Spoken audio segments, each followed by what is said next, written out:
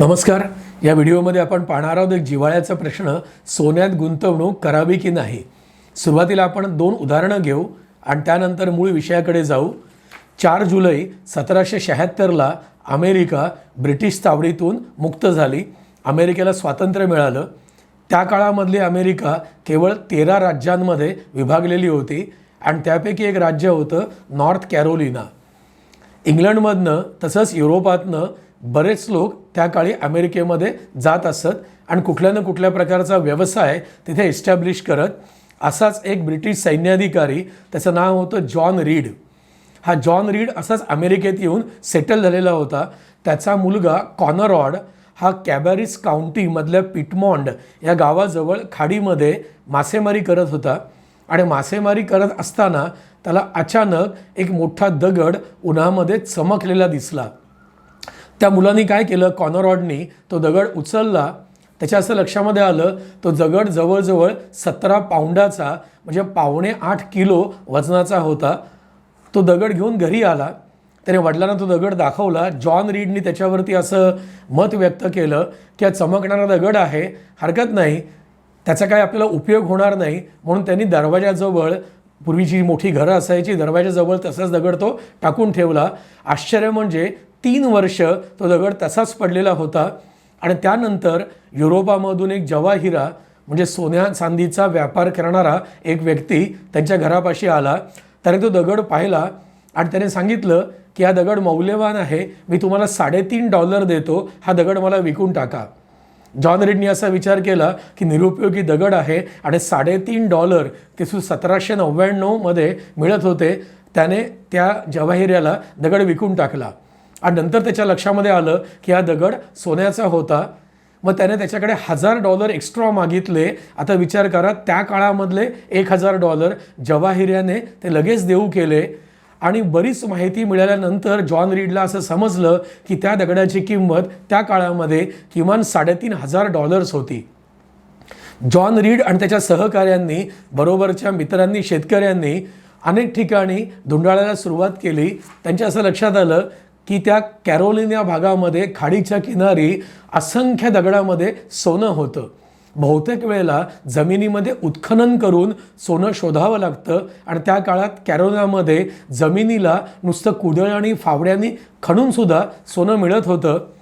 आता जगामध्ये प्राचीन जे सोन्याबद्दलचे पुरावे आहेत त्याचा जर आपण विचार केला तर असं लक्षामध्ये येतं की इसवी सनापूर्वी साधारणतः 4 ते 6 हजार वर्षांपूर्वी सोनं सापडलं असावं. म्हणजे आजपासून 6 ते 8 हजार वर्षांपूर्वी सोनं सापडलं. मी मगाशी नॉर्थ कॅरोलिनाचं जे उदाहरण दिलं ते हार्डली 200 वर्षांपूर्वीचं आहे, पण काही हजार वर्षांपूर्वी सोनं माणसाला सापडलं. त्याच्यानंतर तांबं सापडलं. बल्गेरियामध्ये वर्ना शहराजवळ 1970च्या दशकामध्ये एका दफनभूमीमध्ये खोदकाम सुरू होतं. त्या खोदकामामध्ये प्राचीन दागिने सापडले आणि शास्त्रज्ञांच्या मतानुसार ते सोन्याचे दागिने किमान इसवी सन पूर्व 4600 किंवा 4200 मधले असावेत. म्हणजे आजपासून किमान 6000 वर्षांपूर्वीचे सोन्याचे दागिने त्या दफनभूमीमध्ये सापडले होते. याचा अर्थ त्या काळातसुद्धा माणसाला सोन्याबद्दल अट्रॅक्शन होतं. आता आपण सध्याच्या परिस्थितीकडे येऊया की मूळ प्रश्न आपल्या मनामध्ये परत परत येतो की सोनं विकत घ्यावं की विकत घेऊ नये. हा मोठा यक्ष प्रश्न आहे. सराफी व्यापार किंवा सराफी धंदा करणारे, ज्वेलर्सचा धंदा करणारे लोक तुम्हाला ठासून सांगतील की सोनं जरूर विकत घ्यावं. स्टॉक मार्केट किंवा अन्य गुंतवणूक याच्यावर भाष्य करणारे एक्सपर्ट्स तुम्हाला म्हणतील की सोनं अजिबात विकत घेऊ नये. काही लोक तर सोनं चांदीला डेड इन्व्हेस्टमेंट म्हणतात. जगामधला सुप्रसिद्ध इन्व्हेस्टमेंट तज्ज्ञ वॉरन बफे असं म्हणतो की सोनं एक पैशाचं सुद्धा उत्पन्न देत नाही, त्यामुळे सोन्यामधली इन्व्हेस्टमेंट ही डेड इन्व्हेस्टमेंट असते. तर त्याच वेळेला तुमच्या घरचे कोणी सिनियर सिटीझन, काका, मामा, आजोबा तुम्हाला असं म्हणतील की गरजेला उपयोगी पडणारी गुंतवणूक म्हणून सोन्यामध्ये गुंतवणूक करायलाच हवी. आता प्रश्न असा येतो की मनामध्ये कन्फ्युजन तयार होतं, सोनं घ्यावं की नाही. काही लोक ठासून सांगत असतात की सोनं घेऊ नये आणि काही लोक म्हणत असतात सोनं नक्की घ्यायला हवं. आता सध्या जे पोर्टफोलिओ कन्सल्टंट असतात, इन्व्हेस्टमेंटबद्दल जे तुम्हाला उपदेश करत असतात, सल्ला देत असतात, त्यातले बरेच लोक असं म्हणतात की तुमच्या एकूण इन्व्हेस्टमेंटच्या किमान 5 किंवा 10% तुमची इन्व्हेस्टमेंट सोन्यामध्ये असली पाहिजे. आता परत प्रश्न असा येतो, 5% की 10%, की नक्की किती इन्व्हेस्टमेंट करायला पाहिजे? तुम्ही जे व्हिडिओज पाहिलेत तर काय काय व्हिडिओ असे असतात त्यात ठासून सांगितलेलं असतं की सोन्यामध्ये इन्व्हेस्टमेंट करणं हे एकदम चुकीचं आहे, पैसे वाया घालवणं आहे. आणि त्याच वेळेला काही व्हिडिओजमध्ये सांगितलेलं असतं की सोन्यामध्ये इन्व्हेस्टमेंट ही उत्तम इन्व्हेस्टमेंट आहे. दोन्ही प्रकारचे व्हिडिओ पाहिल्यानंतर वेगवेगळ्या प्रकारचं मत तयार होतं आणि शेवटी कन्फ्युजन तेच राहतं, सोनं घ्यावं की घेऊ नये. आता सोन्याचे दागिने तयार करणं ही काही इन्व्हेस्टमेंट होत नाही, ती गुंतवणूक होत नाही. कारण सोन्याचे दागिने भारतीय लोक अजिबात विकायला तयार नसतात. तुम्ही कुठल्याही गृहिणीला विचारा की तुझ्याकडचं सोनं तू विकशील का, 100% तिचं उत्तर असतं कधीच शक्य नाही. मग जी इन्व्हेस्टमेंट आपण विकणारच नाही, ज्यातनं आपल्याला पैसे मिळणारच नाहीत, त्याला इन्व्हेस्टमेंट तरी कसं म्हणायचं? आता महत्त्वाचा मुद्दा असा येतो की आयुष्य जगायचं पण असतं, मिळालेल्या पैशांचा वापर योग्य प्रकारे करायचा पण असतो. असेही काही लोक आपल्याला सापडतात की ज्यांच्याकडे पिढ्यानपिढ्या उपलब्ध असलेलं किलोमध्ये सोनं असतं. 500, 600, 700 तोळे सोनं बाळगणारे काही दाक्षिणात्य लोक माझ्या ओळखीचे आहेत, काही माझे मित्र आहेत. ते सोनं विकतच घेत जातात, त्यातलं गुंजभर सोनं ते विकत नाहीत आणि बऱ्याचदा अतिशय सामान्य प्रकारचं आयुष्य बरेच मित्र जगत असतात. मग प्रश्न असा येतो की इतकी लाखो रुपयांची, करोडो रुपयांची इन्व्हेस्टमेंट सोन्यामध्ये केली आणि आयुष्य जगायचं राहूनच गेलं, मग सोनं विकत कशासाठी घेतलं? तर पुढच्या पिढीला देण्यासाठी. आणि पाठच्या पिढीनी पण तेच म्हटलं होतं. मग जर पिढ्यानपिढ्या हे सोनं ट्रान्सफर करायचं असेल तर इन्व्हेस्टमेंट ती होणारच कशी? कारण ते आपल्याला विकायचंच नाही आहे. त्यामुळे स्वतः विकत घेतलेलं सोनं आणि कधीही ते न विकता अगोदरच्या पिढीकडून आलेलं सोनं दुसऱ्या पिढीकडे ट्रान्सफर करणं आणि सोन्याची साठवणूक वाढत जाणं हे अजिबात इन्व्हेस्टमेंटच्या तत्वामध्ये बसणारं नसतं. मग परत प्रश्न असा येतो की समजा मी गुंतवणूकदार आहे किंवा तुम्ही गुंतवणूकदार आहात, तर कुठले निकष सोन्यामध्ये इन्व्हेस्टमेंट करताना लक्षात घ्यायला हवेत? तर पहिला मुद्दा, तुमचं वय किती, तुमचा नोकरी किंवा व्यवसाय कोणत्या प्रकारचा आहे, हे मुद्दे खूप महत्त्वाचे आहेत. त्याच्यावर ठरतं सोनं घ्यायचं की नाही. तुमचं उत्पन्न किती, कुटुंबामध्ये माणसं किती आहेत, त्यांचं वय किती आहे, पती पत्नी दोन्हीही काम करतात का, दोघांनाही उत्पन्न मिळतं का, एकाला किंवा दोघांना म्हणजे पती पत्नींपैकी एकाला किंवा दोघांना पेन्शन मिळणार आहे का किंवा मिळते आहे का, कुटुंबाचे उत्पन्नाचे अन्य कुठले स्रोत आहेत का, आणि कुटुंबाचे जर का उत्पन्नाचे स्रोत जर बाकी काही असतील तर ते स्रोत 1 आहेत, 2 आहेत, 3 आहेत की अजून काही जास्त प्रकारचे आहेत, त्यामध्ये आज न उद्या खंड पडण्याची शक्यता आहे का, गुंतवणूक करण्याचं कारण काय आहे, नक्की कुठल्या कारणासाठी तुम्ही गुंतवणूक करत आहात, त्याचा उद्देश कोणता आहे, कुठे कुठे गुंतवणूक तुम्ही आजपर्यंत केलेली आहे, तुम्ही तुमचा पोर्टफोलिओ कुठल्या प्रकारे तयार केलेला आहे, गुंतवणुकीवरती किती पर्सेंटेज रिटर्न्स किंवा परतावा तुम्हाला अपेक्षित आहे, असे सगळे प्रश्न लक्षात घेणं अत्यावश्यक असतं. या प्रश्नांची गाडी इथे थांबत नाही. रेग्युलर उत्पन्न मिळेल म्हणजे आपण इन्व्हेस्टमेंट केल्यानंतर त्याच्यामधनं रेग्युलरली दरमहा किंवा दर 3 महिन्यांनी काहीतरी आपल्याला परतावा मिळत जाईल, अशा कुठल्या प्रकारची इन्व्हेस्टमेंट तुम्ही केलेली आहे का, गुंतवणुकीचा तुमचा अंतिम हेतू कुठला आहे, गुंतवणूक करताना टॅक्स बेनिफिट तुम्ही लक्षामध्ये घेता का, प्रत्येक प्रकारची गुंतवणूक करताना तुम्ही तुमचा चार्टर्ड अकाउंटंट आणि CFP म्हणजे सर्टिफाईड फायनान्शियल प्लॅनर यांची मदत घेता का, की तुम्ही तुमचे निर्णय घेऊन मोकळे होतात, असे सगळे 13-15 प्रकारचे प्रश्न प्रत्येकाने स्वतःला विचारावेत. त्याची मुद्देसूद उत्तरं कागदावर लिहून काढावीत आणि त्याच्यानंतर ठरवावं की सोन्यामध्ये गुंतवणूक करायची की नाही. बऱ्याचदा असं होतं की आईवडील सांगतात किंवा घरातली ज्येष्ठ मंडळी सांगतात की आम्ही आमच्या काळामध्ये सोन्यामध्ये गुंतवणूक केली होती, तुम्ही पण केली पाहिजे, म्हणून काही लोक करतात. किंवा काही लोक मुलीच्या जन्मानंतर तिच्या लग्नासाठी म्हणून सोनं विकत घेतात, पण आजच्या काळामध्ये शिक्षणाकरता इन्व्हेस्टमेंट करणं हे जास्त महत्त्वाचं असतं. सोन्यासारखी इन्व्हेस्टमेंट शिक्षणाकरता करायला हवी, करिअरकरता करायची असते, तिथे सोनं हे दुय्यम ठरतं. आता परत प्रश्न असा येतो, आत्तापर्यंतचे आपण जे 13-15 मुद्दे पाहिले ते गुंतवणूकदाराच्या बाजूनी पाहिले. आता हे सगळे जे वैयक्तिक निकष आहेत त्याच्यानंतर सोनं आणि चांदी हे केवळ पर्याय उपलब्ध आहेत असं समजून कुठले निकष लक्षात घ्यायला हवेत. तर पहिला मुद्दा असा येतो, परत लक्षात घ्या, अगोदरचे 13 ते 15 मुद्दे मी जे तुम्हाला सांगितले ते गुंतवणूकदाराने गुंतवणुकीच्या निर्णयासाठी हे सगळे मुद्दे लक्षात घ्यायचे आहेत. आता आपण जे बघतोय तुमच्यासमोर अनेक पर्याय उपलब्ध आहेत. त्याच्यामध्ये तुम्ही प्रेशियस मेटल म्हणजे सोनं किंवा चांदी याचा विचार करताय, तर त्या अनुषंगाने आता कुठले विचार करायचे असतात. त्यातला पहिला मुद्दा असा येतो, नक्की कुठला धातू तुम्हाला इन्व्हेस्टमेंट करता निवडायचा आहे. म्हणजे तो धातू हा सोनं आहे, चांदी आहे, प्लॅटिनम आहे, पॅलेडियम आहे, तुम्ही कशामध्ये इन्व्हेस्टमेंट करू इच्छिता. तुम्हाला त्या इन्व्हेस्टमेंट करता कुठला फॉर्म वापरायचा आहे.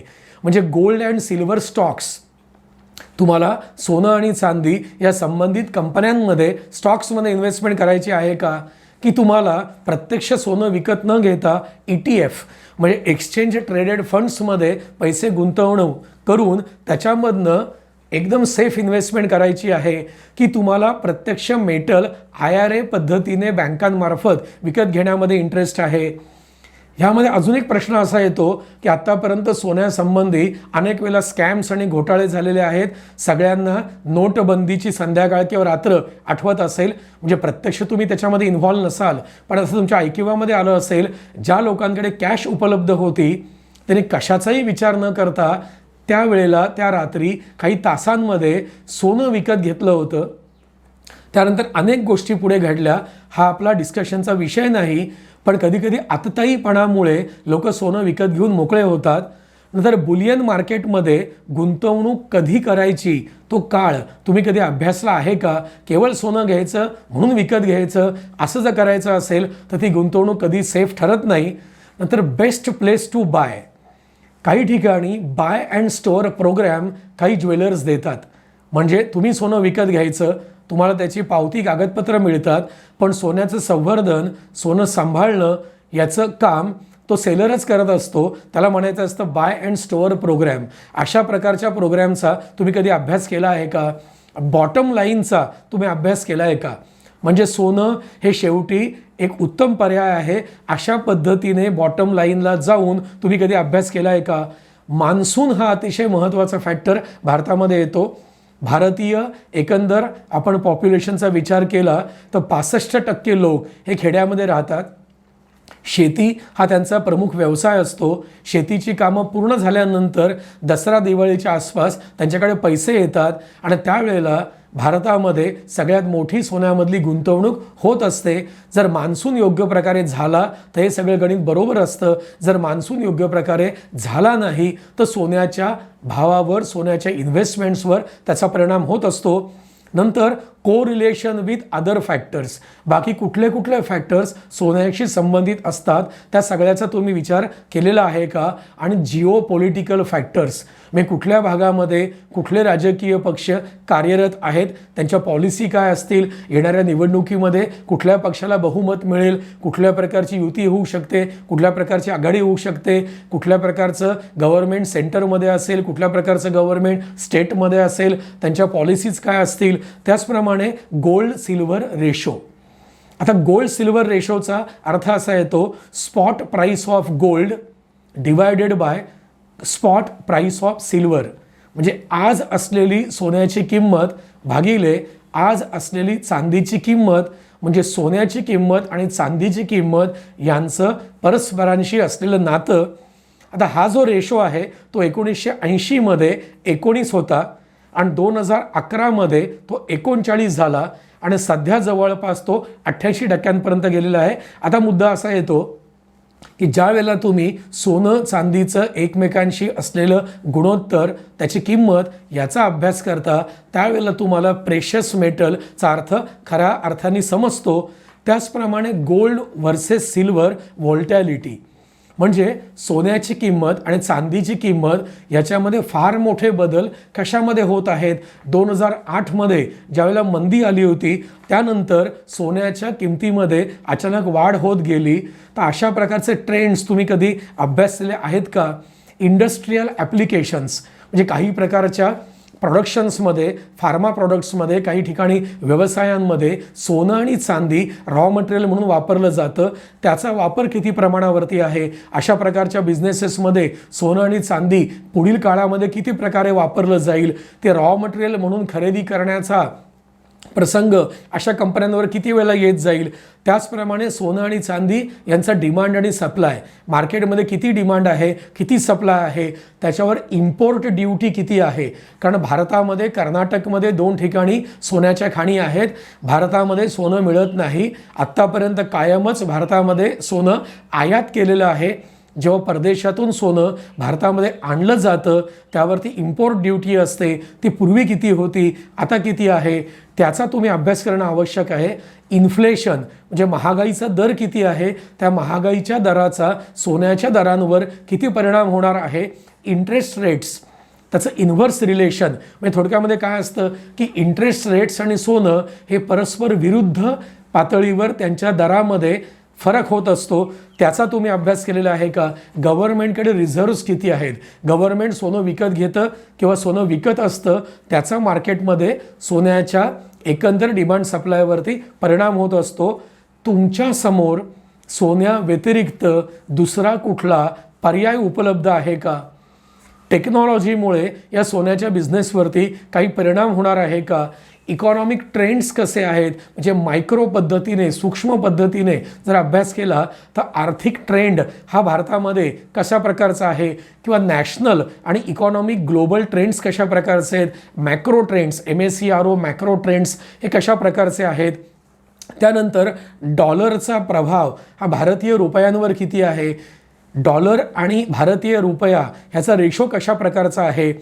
त्याचप्रमाणे सिल्वर आणि गोल्ड ह्या प्राइसेस सध्या कशा ट्रेंडमधून जात आहेत. तसंच एकंदर गव्हर्नमेंटच्या पॉलिसीज फ्युचरमध्ये बदलतील का, पॉलिटिकल सर्टॅनिटी अनसर्टॅनिटी येणाऱ्या काळामध्ये कशा प्रकारची असेल. गोल्ड तुम्ही लॉंग टर्म बेनिफिटसाठी घेऊन ठेवताय का, की आता लगेच ते विकायचं नाही, 5, 10, 15, 20 वर्षांनी ते विकायचं आहे. मग बँकेत जर ते पैसे ठेवले तर रेट ऑफ इंटरेस्ट तुम्हाला किती मिळणार आहे. हेच जर पैसे तुम्ही म्युच्युअल फंड्समध्ये, शेअर्समध्ये गुंतवले तर किती पैसे मिळणार आहेत. सोन्यामधनं किती परतावा तुम्हाला मिळू शकेल. नंतर इंटरनॅशनल मॉनिटरी पॉलिसीज म्हणजे आंतरराष्ट्रीय पातळीवरती आर्थिक व्यवहार, आर्थिक धोरणं कशा प्रकारची होत जातील. त्यानंतर करन्सी डिव्हॅल्युएशन म्हणजे एखाद्या देशाच्या करन्सीचं, म्हणजे त्या ठिकाणी असलेल्या आपल्याकडे रुपया आहे त्या ठिकाणी जे काही आपण करन्सी वापरतो त्याचं अवमूल्यन, डिव्हॅल्युएशन किती प्रकारे होत जाणार आहे, किती प्रकारे त्याच्यामध्ये ॲप्रिसिएशन होत जाईल. वॉर किंवा पॉलिटिकल क्रायसिस तयार होणार आहे का. फ्युचर आणि ऑप्शन्स हे जे प्रकार चालतात शेअर मार्केटमध्ये तसे सोन्याच्या बाबतीत पण चालतात, त्याचा तुम्ही अभ्यास केलेला आहे का. असे 25-30 प्रकारचे मुद्दे सोने खरेदी करताना लक्षात घ्यायचे असतात. केवळ माझ्या पालकांनी सांगितलं, केवळ घरच्या मोठ्या लोकांनी सांगितलं म्हणून दुकानात जायचं, म्हणजे आपल्याकडे एक म्हण आहे ना, आलं मनात आणि गेलं दुकानात, असं सोनं विकत घ्यायचं नसतं. आता सोनं खरेदी करताना परत 2 गोष्टी येतात. आपण मगाशी सांगितलं सुरुवातीला की प्रत्येक नाण्याला 2 बाजू असतात, प्रत्येक गोष्टीला ॲडव्हान्टेजेस असतात, लिमिटेशन्स असतात. सोनं खरेदी काही लोक उगाचच करत नाहीत. लाखो करोडो लोक सोनं विकत घेतात, म्हणजे काहीतरी तर त्याच्यामध्ये ॲडव्हान्टेज असतीलच. तर आपण सुरुवातीला सोनं खरेदीमधल्या फायद्यांचा किंवा ॲडव्हान्टेजेसचा विचार करूया.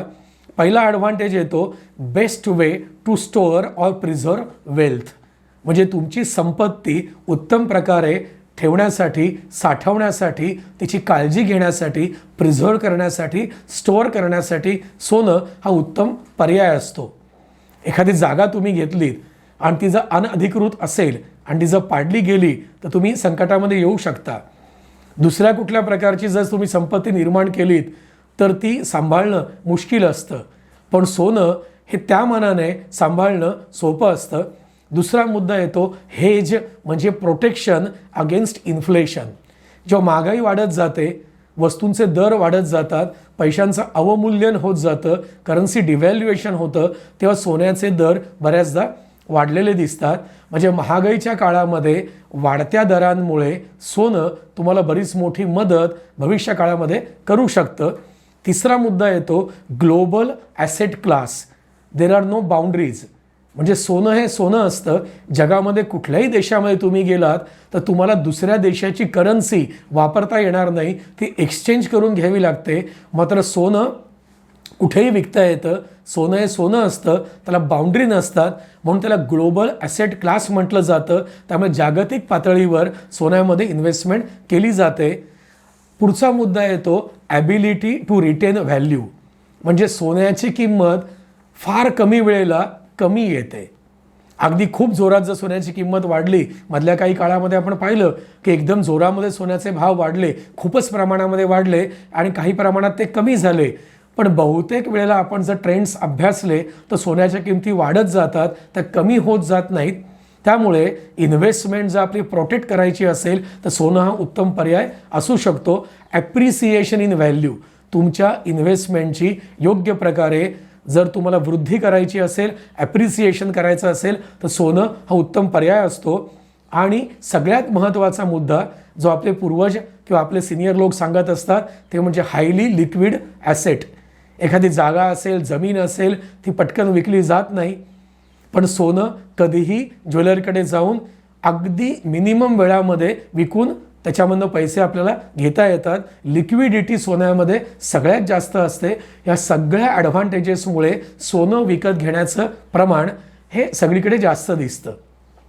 मगाशी मी असं म्हटलं की प्रत्येक नाण्याला दोन बाजू असतात. जसं आपण ॲडव्हान्टेज पाहिले तसे डिसॲडव्हान्टेज तर असणारच. मग सोन्यामध्ये पहिला डिसॲडव्हान्टेज काय? There is no regular income.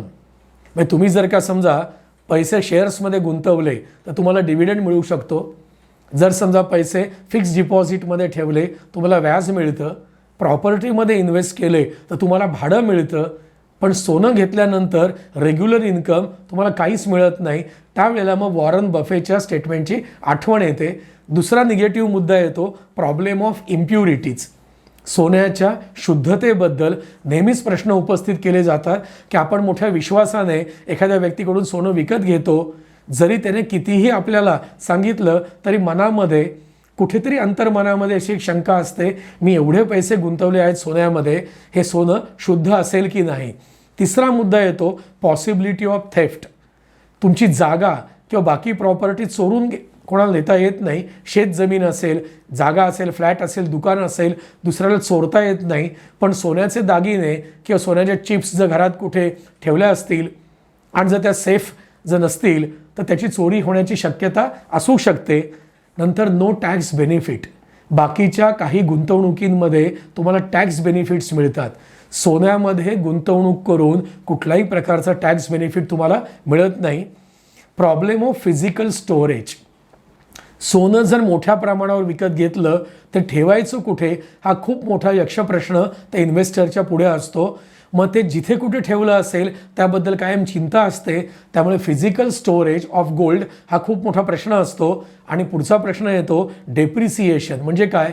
जेव्हा आपण सोनं विकायला जातो, दागिना विकायला जातो, त्याच्यामध्ये घट मोजली जाते. आपण जेव्हा दागिना विकत घेतो सोन्याची किंमत अधिक घडणावळ आपल्याला द्यायची असते आणि विकताना घट. म्हणजे जसं एंट्री लोड आणि एक्झिट लोड असतो तसं विकत घेताना पण एक्स्ट्रा पैसे द्यायचे, विकताना काही पैसे घालवायचे. हे डिफरन्शियल अमाऊंट जर काढून टाकली तर सोन्याच्या वाढलेल्या किमतीतनं ही अमाऊंट काढल्यानंतर जी उरते ती तुमच्या प्रॉफिटची रक्कम असते. हे सगळे निगेटिव्ह मुद्दे सोन्याशी निगडीत असतात. आता परत प्रश्न असा येतो या दोन्ही गोष्टी ऐकल्यानंतर, ॲडव्हान्टेज डिसॲडव्हान्टेज पाहिल्यानंतर की सोनं घ्यायचं की नाही, तर ते प्रत्येक व्यक्तीने ठरवायचं असतं. मी अगोदर सगळे तुम्हाला मुद्दे सांगितले की तुमचं उत्पन्न, तुमचं वय, इथपासून तुम्हाला कशा प्रकारचं उत्पन्न फ्युचरमध्ये मिळणार आहे, अगदी सगळे मुद्दे लक्षात घ्यायचे आहेत. आणि दोन मुद्दे तर लक्षात घ्यायचेच आहेत, ते म्हणजे तुमचे इन्व्हेस्टमेंट प्लॅन्स काय आहेत आणि तुमचं रिस्क टॉलरंट रेशो किती आहे. तुम्ही किती प्रकारे रिस्क टॉलरन्स मग किती प्रकारे रिस्क तुम्ही घेऊ शकता, रिस्क ॲपेटाईट किती आहे त्याच्यावर तुम्ही ठरवायचं आहे की सोनं घ्यायचं की नाही. शेवटी तात्पर्य म्हणून इतकंच सांगावंसं वाटतं की सोनं विकत घ्या किंवा विकत घेऊ नका असा अजिबात टोकाचा विचार इथे मांडायचा आपला उद्देश नाही. सगळे घटक लक्षात घ्या. तुमच्या स्वतःच्या कन्सल्टंट्सला विचारा, 4 लोकांची मतं लक्षात घ्या, तुमची कॅल्क्युलेशन्स करा, मी सांगितलेले सगळे मुद्दे कागदावर लिहून काढा, त्याचा अभ्यास करा, शांतपणे निर्णय घ्या, तज्ज्ञांचा सल्ला घ्या आणि मग ठरवा सोनं घ्यायचं की नाही. तुमच्या या सोनेरी निर्णयासाठी मनःपूर्वक शुभेच्छा.